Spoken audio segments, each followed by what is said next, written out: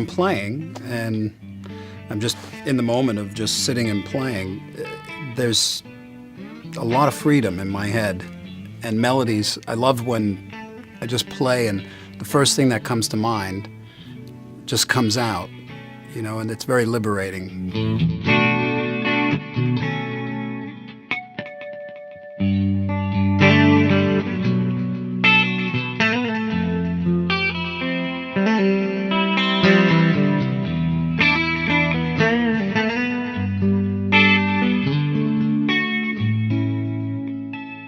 I was very young when I first kind of woke up to music. I think I was like 4 or 5.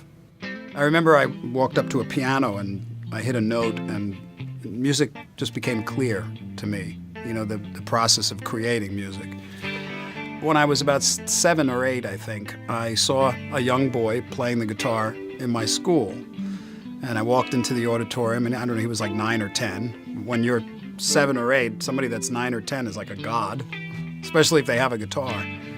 That was a very powerful moment. It was like a moment of clarity because I just saw it and everything kind of went away. I just saw this guitar hanging off of this young kid and immediately fell in love with it. I just instinctively understood what it was. It was like it was always there, but I didn't find it until then. And as soon as I saw the instrument, there was an immediate connection.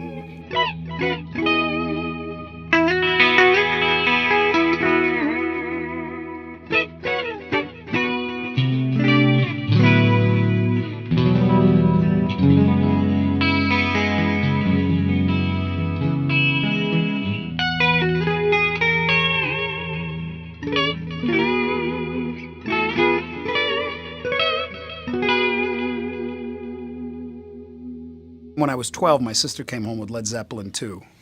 And the moment that I heard Heartbreaker, the fantasy of playing the guitar, it switched from wishing that I had a guitar to desiring to play one to right at that moment when I heard that, the intention was solid. I said, I'm going to play the guitar.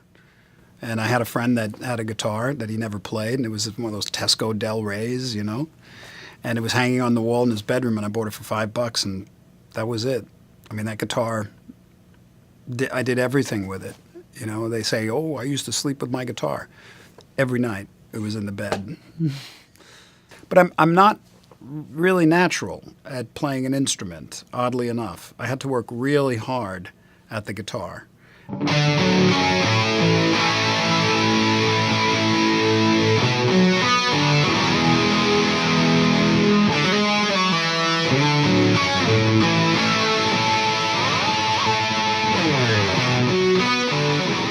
There was a music store in Roosevelt Field, which was the big mall at the time where I lived, and it was called Matthews Music, and I would just go in there and drool, you know, just oogle at all the guitars and all the little accessories and everything.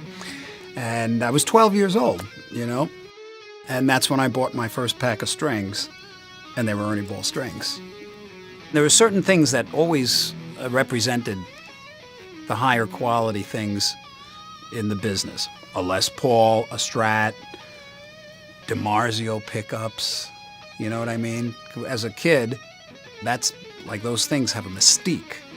And Ernie Ball strings was at the top of that because they were just cool, you know? There was something about them. So that's what I bought. And they were expensive for me because they weren't cheap strings, but I got them anyway. You know, I would save and I'd get them. And the first time I got them, I didn't even know how to put them on. I took them to Joe Satriani and he showed me how to do it.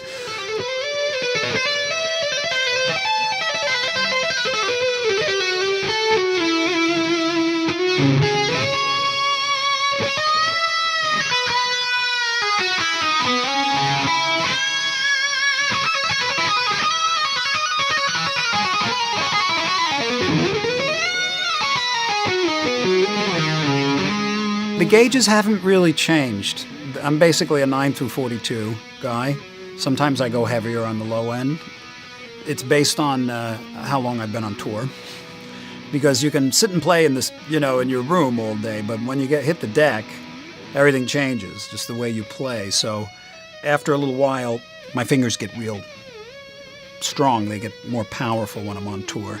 So I like to have a little more fight. So I might move to some heavier lower ends, but I usually stay at the 9s on the top.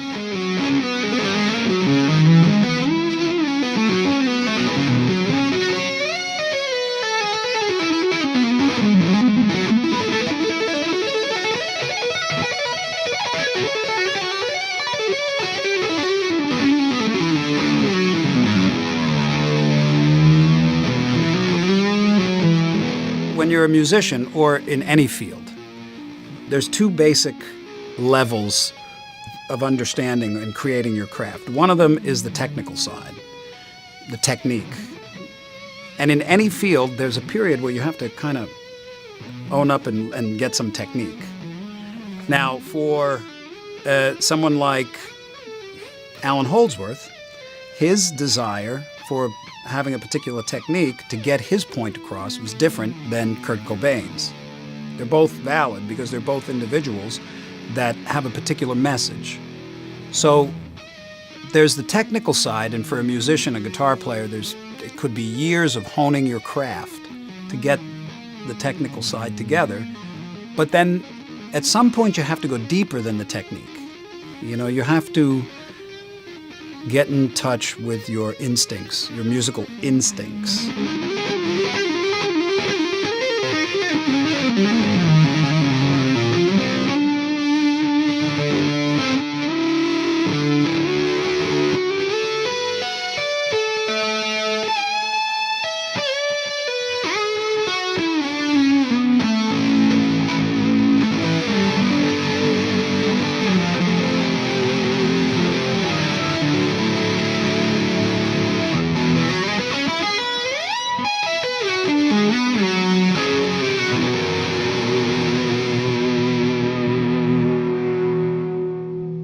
And people say someone like Kurt Cobain wasn't a great guitar player. Well, was he a virtuoso guitar player? You can argue not, but was he effective? Try to play like Kurt Cobain. It's not that easy, you know, or Billy Joe Armstrong. I mean, you ever see him play? It's visceral. Every note in every chord pops. Do you know what I mean? It sounds like a giant orchestra. That's hard to do, but it was in his head. And he required a particular amount of technique to follow what he was hearing in his head. For someone like myself, I wanted it all. You know, I wanted effortless, what seemed almost infinite technique, you know. I still work on it every day. And I wanted the deeper, I wanted the melody. So for me, it required a lot of technique.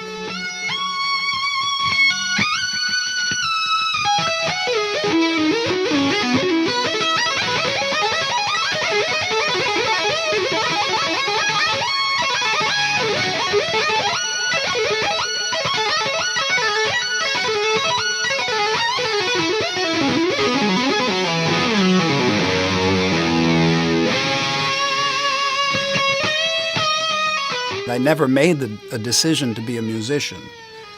Do you know what I mean? Because if there was a situation where I was going to make a decision, that would have meant there was an option. And I never felt like there was an option.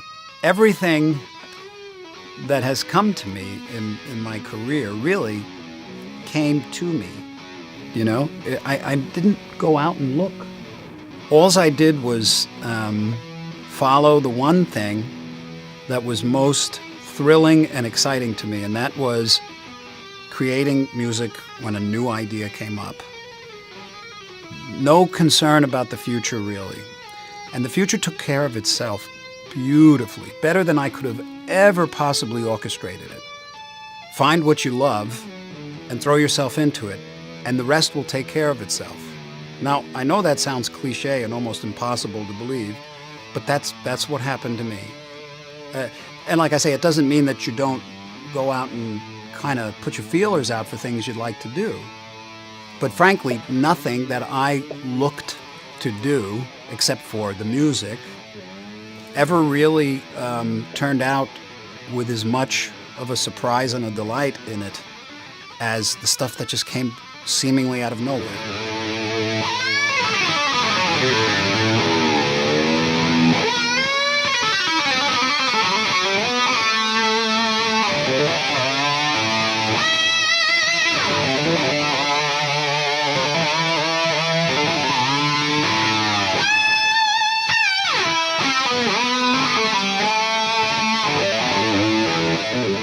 One of the greatest fulfillments that you can experience is when you touch your creative side, and whatever you bring into the world is enjoyable for you. That's very fulfilling. So the guitar has been that for me. Other things too, but the guitar most of all. I've always viewed it as an instrument of infinite creative expression.